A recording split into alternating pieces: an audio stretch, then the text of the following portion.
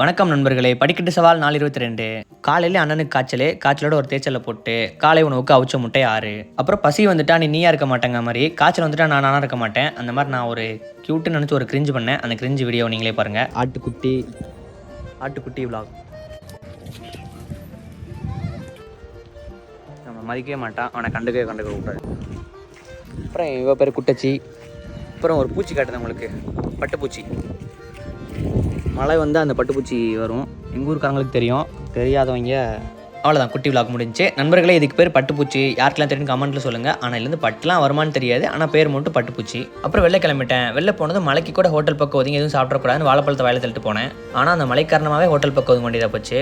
நண்பர்களே, இதுக்கும் எனக்கு எந்த சம்மந்தமும் கிடையாது. தற்செயல் நடந்தது. ஆனால் அதுக்கப்புறம் கோழி சாப்பிட்டேன். இதுக்கும் எனக்கும் சம்மந்தம் இருக்குது. பசிச்சது.